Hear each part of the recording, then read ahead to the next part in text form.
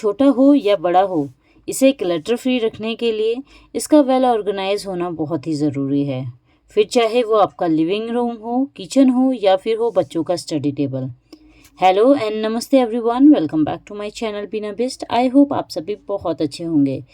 तो हाल ही में बच्चों के एग्ज़ाम्स ओवर हो चुके हैं, रिपोर्ट कार्ड मिल चुका है एंड बच्चे नई क्लास में जा चुके हैं। तो मुझे अपने बेटे के स्टडी टेबल को अच्छे से डीप क्लीनिंग करनी थी, क्योंकि यहाँ पे काफ़ी क्लटर भरा हुआ था पुरानी बुक से। और स्टडी टेबल में ही यहाँ पे कुछ रैक्स बने हुए हैं, इन रैक्स को भी मैं अच्छे से यहाँ पे क्लीन करने वाली हूँ। तो स्टडी टेबल पे यहीं पे हमने लैपटॉप एंड प्रिंटर भी रखा हुआ है, जिसकी वजह से ये टेबल काफ़ी भरा भरा सा लग रहा है।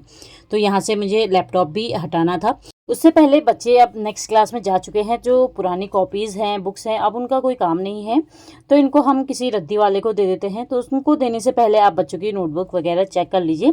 इसके पीछे अगर कुछ पेजेस वगैरह बचे हुए हैं, पेजेस यानी खाली हैं, तो आप उसमें बच्चों को रफ काम करा सकते हैं। उसके बाद ही इसको रद्दी वाले को देना। और इसके बाद जो बच्चों की स्कूल डायरीज़ होती है, इसके स्टार्टिंग के जो 2 पेजेस होते हैं, 2-3 पेजेस होते हैं, इसमें हमारी पूरी इंफॉर्मेशन डिटेल्स वगैरह लिखी रहती है, जैसे हमारे मोबाइल नंबर, एड्रेस और भी पर्सनल डिटेल्स लिखी रहती है। तो कोई इसका मिसयूज़ ना कर ले। तो इन डायरी को रद्दी वाले को देने से पहले आप जो इसमें डिटेल्स वगैरह लिखी रहती है, इनको इस डायरी से रिमूव कर लीजिए।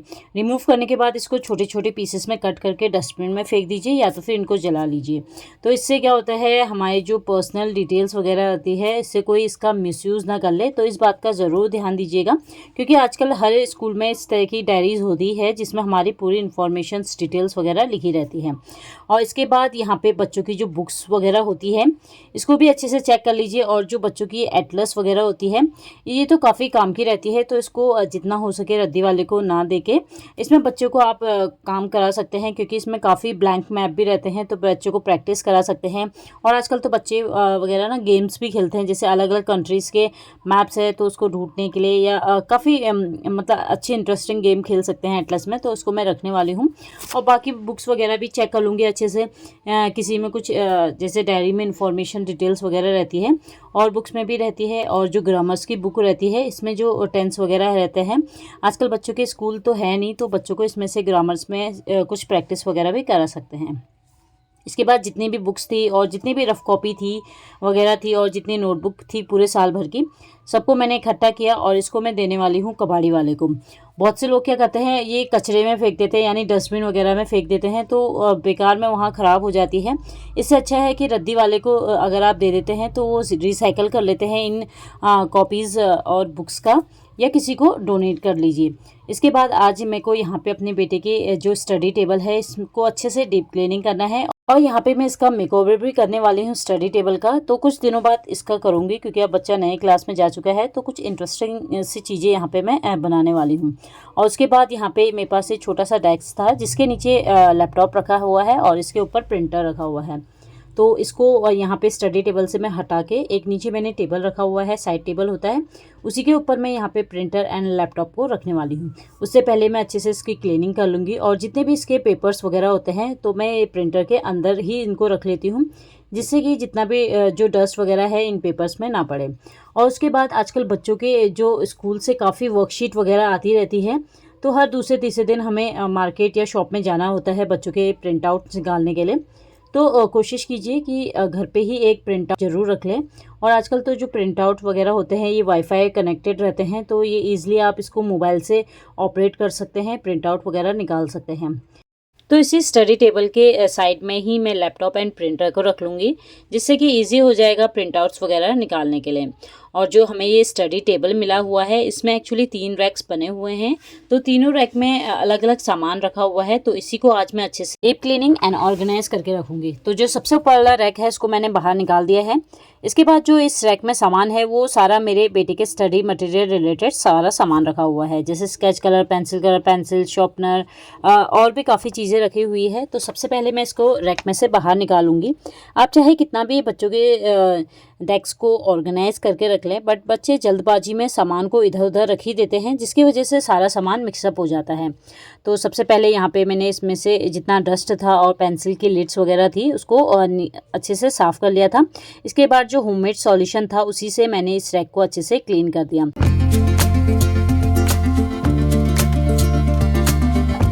अब यहाँ पे डेस्क के ऊपर हम लाइनिंग बिछाएंगे। इसके लिए मैंने यहाँ पे लिया है जो हम ऑनलाइन शॉपिंग करते हैं, तो इस तरीके के बैग्स आते हैं, तो उसी का मैं यूज़ करने वाली हूँ। अगर आपके पास इस तरीके का बैग नहीं है तो आप न्यूज़पेपर का भी यूज़ कर सकते हैं। तो प्रॉपर मेजरमेंट लेने के बाद यहाँ पे मैं लाइनिंग को इसमें बिछा दूँगी। ये मैं इसलिए बिछा रही हूँ क्योंकि बच्चे लोग शॉर्पनर करते हैं, तो जो शॉर्पनर की लिड्स वगैरह रहती है उससे पूरा डेस्क ख़राब हो जाता है, पूरा काला काला सा हो जाता है, तो ऐसा ना हो, तो इसलिए मैं यहाँ पे लाइनिंग बिछाऊंगी। इसके बाद जितना भी सामान हमने निकाला हुआ था सबको सेपरेट कर लेंगे, अलग कर लेंगे। जैसे पेन अलग कर देंगे, पेंसिल, कलर्स, इरेजर, शार्पनर, और इसी समय जितना भी एक्स्ट्रा सामान है, जो जैसे पेंसिल्स हैं वो ख़राब हो चुकी हैं, जो स्केच कलर है अब नहीं चल रहे हैं, पेन ख़राब हो गए हैं, उनको तुरंत यहाँ पे से रिमूव कर दीजिए, जिससे कि जो क्लटर है वो कम होगा। और इस तरीके के मेरी बेटी के पास 3 पाउच थे, तो तीनों में अलग अलग सामान रखा है। इसमें पेंसिल्स और जो शेडिंग पेंसिल्स वगैरह है उसकी वो रखा हुआ है, और ये पाउच काफ़ी अच्छे रहते हैं, काफ़ी लॉन्ग टाइम तक चलते हैं। तो इस तरीके के 3 पाउच है, और एक में पेंसिल रखी है, दूसरे में मैं यहाँ पे जो पुराना बॉक्स है इसमें कलर्स रख लूँगी। तो हर चीज़ को अगर आप एक प्रॉपर ऑर्गेनाइज़र में रखेंगे तो जो सामान है हमेशा टाइम से मिलेगा। और बच्चों को भी आप प्रॉपर बता के रखेंगे कौन सा सामान कहाँ पे रखा हुआ है, तो नेक्स्ट टाइम जब भी वो सामान उठाएंगे तो उसको उसकी प्रॉपर जगह पे रखेंगे। तो इस तरीके का मेरे पास एक बॉक्स पड़ा हुआ था। जब भी हम कुछ खाना मंगाते हैं बाहर से, या फिर बिस्किट्स वगैरह आते हैं बेकरी के, इस बॉक्स में आते हैं, तो आप इनको ऑर्गेनाइज़र की तरह यूज़ कर सकते हैं। तो यहाँ पर मैं को यूज़ करने वाली हूँ कैलकुलेटर और एक्स्ट्रा पेन्स जितनी भी थी उनको रखने के लिए। और इस तरीके का एक ऑर्गेनाइज़र भी है मेरे पास, जिसमें 4 रैक्स बने हुए हैं। इनमें एक में मैंने स्टेपलर रखा है, स्टेपलर की पिन रखी हुई है, कुछ पेपर पिन रखे हुए हैं, और लास्ट में मैंने यहाँ पे इसमें इरेजर और शॉर्पनर जितने एक्स्ट्रा थे वो रखे हुए हैं। और इस तरीके का अगर आप एक ऑर्गेनाइज़र बना के रखते हैं जिसमें भी एक्स्ट्रा सामान है, तो बच्चों को भी आइडिया हो जाता है कि कौन सा सामान कहाँ रखना है। तो नेक्स्ट टाइम जब भी वो सामान कुछ भी निकालेंगे तो उसको उसकी प्रॉपर जगह पे रखेंगे। तो हर चीज़ का एक ऑर्गेनाइज़र बनाना बहुत ही ज़रूरी है, इससे घर कभी भी ज़्यादा मैसी नहीं होता है। बच्चों के जो ये कलर के बॉक्स होते हैं ये साइड से फटने लग जाते हैं यूज़ करते करते, तो इसको मैं टेप से अच्छे से सिक्योर कर दूंगी, जिससे कि ये बॉक्स जल्दी से ख़राब ना हो और कलर्स इसके अंदर ही रहें। अब सारे सामान को अच्छे से रैक में अरेंज करके रख देंगे। तो सबसे नीचे मैंने यहाँ पे इसके स्केच कलर रखे हुए हैं, उसके ऊपर दूसरे स्केच कलर्स, जो एक्स्ट्रा सामान है वो अलग रखा हुआ है, कलर्स, फेविकॉल, जो भी सामान उसको चाहिए वो सब मैंने अच्छे से इसमें अरेंज करके रख दिया है, जिससे कि जो सामान है वो जल्दी से मैसी ना हो। और सामान को ऐसे ऑर्गेनाइज करके रखें जिससे कि नेक्स्ट 10-15 दिन तक आपको दोबारा से उसको ऑर्गेनाइज करने की ज़रूरत ना पड़े।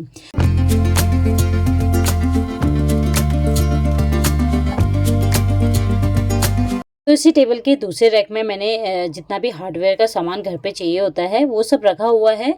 तो सारा चीज़ आपस में मिक्सअप हो गई है, तो पता ही नहीं चलता है कौन सा सामान घर पे है और कौन सा नहीं है। तो सारे सामान को मैं पहले यहाँ से रिमूव कर लूँगी और उसके बाद इसको अच्छे से अरेंज करके रखूँगी। तो जो हमारे सरकारी क्वार्टर है काफ़ी छोटा है, इसमें कोई अलमीरा वगैरह नहीं मिली है, तो हर चीज़ को ऐसे मैनेज करके रखना पड़ता है कि वो चीज़ हमें टाइम से मिल सके। और इसमें हम ज़्यादा चीज़ चेंजेस भी नहीं कर सकते हैं, ना नई चीज़ बनवा सकते हैं। तो हमें जो जैसा मिला है उसी में मैनेज करना होता है। हम हमेशा सोचते हैं कि हमें ऐसा क्वार्टर मिलेगा, ऐसा घर मिलेगा, तो हम ऐसा करेंगे, वैसा करेंगे, बट जैसा हम सोचते हैं हमेशा वैसे पॉसिबल नहीं हो पाता है, और हमारी जो इच्छाएँ हैं वो भी कभी ख़त्म नहीं होती है। तो जैसा हमारे पास है, जो है, उसी को ही हमें और बेटर बनाना चाहिए और अच्छा उसमें करना चाहिए। तो यहाँ पे जो भी हार्डवेयर का सामान मैं रखती हूँ घर में यूज़ आने वाले, उन सब के लिए मैंने अलग से एक ऑर्गेनाइज़र बनाया हुआ है। जैसे नट्स वगैरह हैं, जैसे कभी साइकिल के नट हो गए या किसी भी चीज़ के नट्स वगैरह गुम हो जाते हैं, तो इसमें से मैं इजीली निकाल लेती हूँ। इसमें अलग अलग शेप एंड साइज़ के रखे हुए हैं। और ये केबल क्लिप्स हैं, ये भी काफ़ी यूज़ आती हैं, इनको भी मैंने अलग से एक बॉक्स में रखा हुआ है। और अभी हाल ही में मैं अपने घर के लिए ये इस तरीके का प्लास लेके आई हूँ। पहले मेरे पास ये बड़ा वाला प्लास रखा हुआ था, इस बार जो आगे की साइड से पत्ता रहता है ना, वो वाला मैं लेके आई हूँ।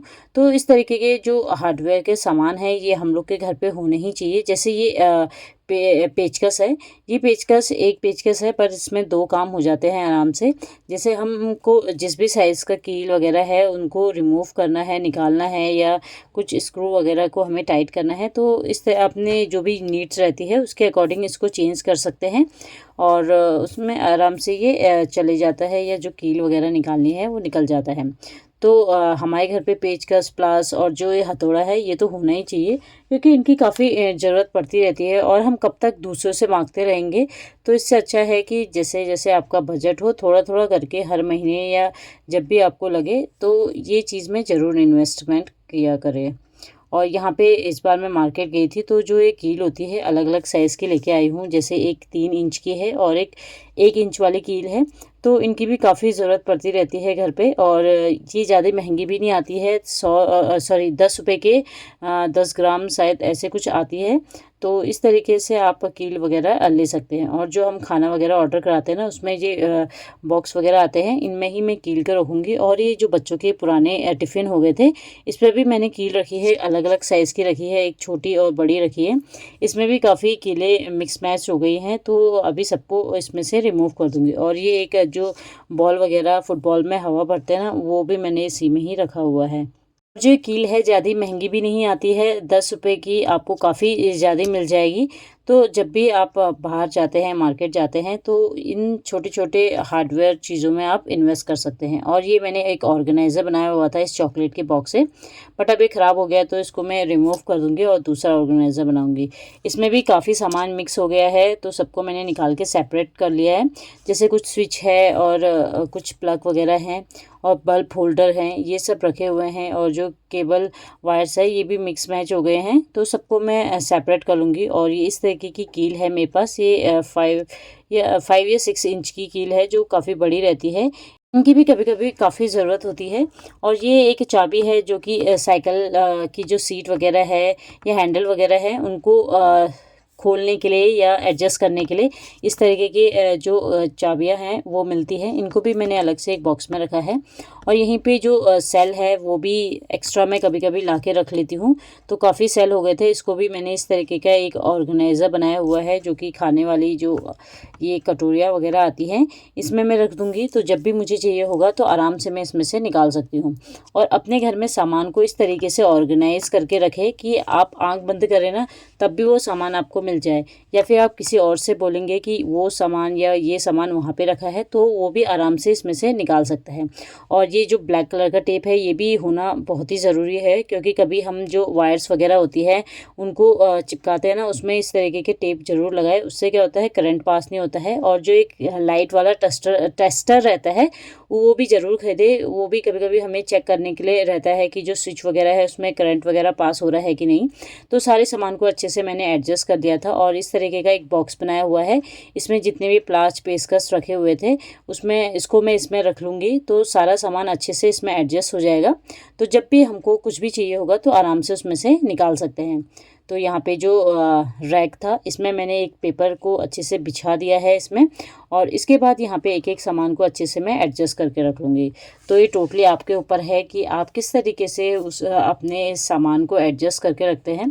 तो ज़रूरी नहीं है कि बड़ा घर है हम तभी बड़ी अच्छे से सामान को रख सकते हैं। छोटी छोटी जगह पे भी हम काफ़ी सामान को अच्छे से एडजस्ट एंड मैनेज करके रख सकते हैं।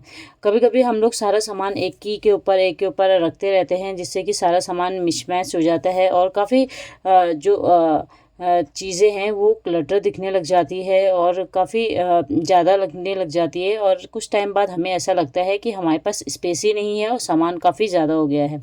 तो अगर आप अच्छे से उसको मैनेज करेंगे तो आप देखेंगे जो स्पेस है काफ़ी आपको मिल जाएगी।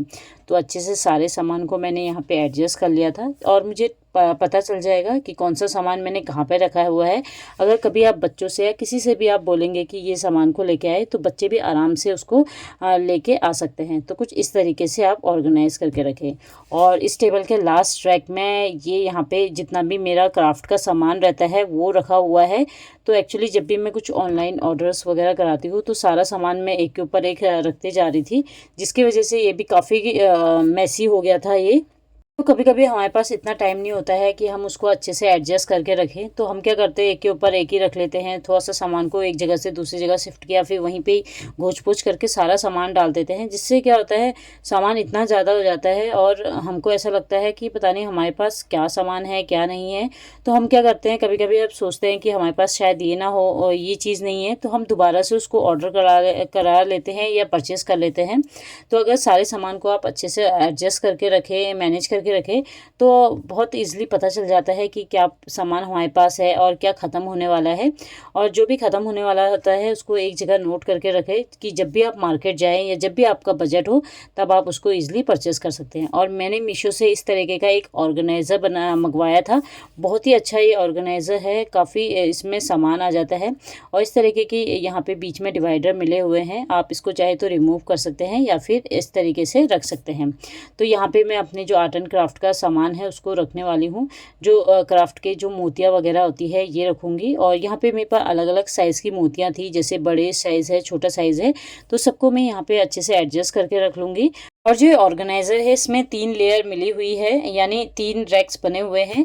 तो इसमें आप अलग अलग सामान रख सकते हैं। किसी में या तो आप इनको ज्वेलरी की तरह यूज़ कर सकते हैं या कुछ भी सामान आप रखने के लिए इसको यूज़ कर सकते हैं। और इसमें बड़े आराम से दिख जाता है कि आपने कौन सा सामान कैसे रखा हुआ है। और यहाँ पे एक मैंने ऑर्गेनाइज़र पहले से मेरे पास था, इसमें मैंने कुछ जो बीड्स होती हैं वो रखी हुई हैं, तो सब आपस में मिक्स हो गई थी, तो सबको मैंने अलग कर दिया। जो गोल्डन थी उनको अलग कर दिया एंड जो वाइट वाली थी उनको अलग कर दिया। और यहाँ पे मेरे पास कुछ अलग अलग साइज़ एंड शेप के मिरर्स हैं, इसको भी मैं यहाँ पे एडजस्ट कर रही थी, बट ये मिरर्स काफ़ी ज़्यादा थे तो मैंने सोचा इसको जो ये बॉक्स में रखा हुआ है इसी बॉक्स में मैं इसको वापस से रख दूँगी, क्योंकि ईजी हो जाएगा। फिर सारे मिरर्स एक ही में रहेंगे, तो जब भी हमको चाहिए होगा तो आराम से इसमें से मैं निकाल सकती हूँ। तो जो ये मिरर्स आते हैं आर्ट एंड क्राफ्ट के, ये भी आपको मीशो में काफ़ी रीज़नेबल प्राइस में मिल जाएंगे। अब जो इसमें दूसरा सेशन मिला हुआ था उसमें मैंने ये जो इस तरीके की बीड्स आते हैं इनको रखा हुआ है। तो जो आर्ट एंड क्राफ्ट का ज़्यादातर सामान है वो मैं मीशो से ही ऑर्डर कराती हूँ, और आप लोग भी चेक कर सकते हैं टाइम टू टाइम, इसमें काफ़ी रीज़नेबल प्राइस में आपको काफ़ी चीज़ें मिल जाती हैं। तो अगर आप भी आर्ट एंड क्राफ्ट का शौक़ रखते हैं तो मीशो में आप लोग ज़रूर चेक कर सकते हैं, सारी चीज़ें आपको रीज़नेबल प्राइस में मिल जाएंगी। तो इसमें मैंने जो ऑर्गेनाइज़र था एक नीचे की साइज़ में रखा हुआ है और ऊपर की साइड में रखा हुआ है, दूसरे को अच्छे से एडजस्ट कर दिया है। साइड में इस तरीके के हुक्स आते हैं तो उसमें आप आराम से इनको एडजस्ट कर सकते हैं। और जो सबसे ऊपर वाली बॉक्स है इसमें मैंने वाइट बीड्स रखे हुए हैं, तो सबको मैं अच्छे से इस तरीके से रख दूंगी एक के ऊपर एक, और ये आराम से दिख जाएगा कि किस में आपने कौन सा सामान रखा हुआ है। तो इस छोटे से ऑर्गेनाइजर में काफ़ी सामान आ गया है और आप इसको अलग अलग तरीके से भी यूज़ कर सकते हैं अपनी ज्वेलरीज वगैरह रखने के लिए। और जो ये आप लेस देख रहे हैं मोतियों का, ये 90 रुपीज़ पर मीटर था। तो मैं क्या करती हूँ, जब भी मार्केट जाती हूँ कुछ मुझे अच्छा लगता है तो मैं थोड़ा थोड़ा करके उसको परचेज़ कर लेती हूँ, क्योंकि एक बार में हर किसी का बजट नहीं रहता है इतना सारा चीज़ें खरीदने के लिए। और अगर आपके घर पे कुछ चीज़ें रहेंगी तो आपको हमेशा कुछ ना कुछ नए नए आइडियाज़ आते रहेंगे उन चीज़ों से कुछ ना कुछ बनाने के लिए। तो यहाँ पे ये एक बॉक्स था मेरे पास, ये एक्चुअली जो ड्राई फ्रूट्स वगैरह होती हैं उन्हें रखने के लिए था। ये मेरी एक फ्रेंड ने मुझे गिफ्ट किया हुआ था, तो उसमें मैं अपने जितना आर्ट एंड क्राफ्ट का सामान है उसको रखती हूँ। तो यहाँ पे मैंने जितने भी मेरे पास लेस थी और जो गोटा पट्टी रहती है वो सब मैंने यहीं पे ही रखा हुआ है। और इसमें सेक्शन मिले हुए हैं, तो हर सेक्शन में मैंने अलग अलग सामान रखा हुआ है। तो इस तरीके से इस ऑर्गेनाइज़र में मैंने चीज़ें रखी हैं। और जो बच्चों के जैम्स वगैरह खाते हैं ना, तो इस तरीके की छोटी छोटी बोटल्स वगैरह आती हैं, तो इनको बिल्कुल ना फेंकें, इसमें थोड़ा थोड़ा सामान आप रख सकते हैं। और जो आइसक्रीम के इस तरीके के बॉक्स होते हैं या क्रीम के रहते हैं, आप इसमें काफ़ी सामान रख सकते हैं। जो छोटे छोटे बीड्स होते हैं या आर्ट एंड क्राफ्ट का या कोई भी सामान आप बड़े अच्छे से रख सकते हैं। तो यहाँ पे मैंने एक कार्डबोर्ड से इस तरीके का ऑर्गेनाइजर बनाया हुआ था, तो इसमें काफ़ी सामान आ गया था। और ये एक फर्स्ट एड बॉक्स का मेरे बेटे ने बनाया हुआ था, तो अब मैं इसको यूज़ कर रही हूँ थ्रेड वगैरह रखने के लिए, जितने भी एम्ब्रॉयडरी थ्रेड थे। और एक बार मैं बीच में दिल्ली गई थी, तो ये जो स्टैम्प आपने देखा था वो मैं वहीं से लेके आई हुई थी, तो अभी मैंने इसका यूज़ नहीं किया है, बहुत जल्दी इनका यूज़ करूँगी। तो इस तरीके से छोटे से चीज़ में मैंने कितनी सारी चीज़ें अच्छे से एडजस्ट करके रख लिया है। अब जब भी मुझे इन चीज़ों की ज़रूरत होगी तो मैं आराम से इसमें से निकाल सकती हूँ। हर चीज़ को मुझे खोलने की ज़रूरत नहीं होगी कि कौन सा सामान मैंने कहाँ पे रखा हुआ है। तो हर चीज़ के लिए मैंने अलग से एक ऑर्गेनाइज़र बनाया हुआ है, और जो सामान है वो मिसमैच भी नहीं होगा और आराम से सारी चीज़ें मिल जाएंगी। तो इस तरीके से सारे सामान को मैंने एडजस्ट करके रखा हुआ है। अब जो ये मेरे पास बॉक्स था, इसमें काफ़ी स्पेस ये ले रहा था इस रैक में, तो मैंने इस तरीके का एक रेक्टेंगल शेप का मेरे पास बॉक्स था, इसमें मैंने सारी लस्से को रख दिया था और एक एक करके सारे सामान को अच्छे से एडजस्ट कर दिया था। तो इस रैक में काफ़ी सामान आ गया था। तो अगर आप अच्छे से सारी चीज़ें ऑर्गेनाइज़ करके रखते हैं तो छोटे से स्पेस में भी काफ़ी सामान आ जाता है।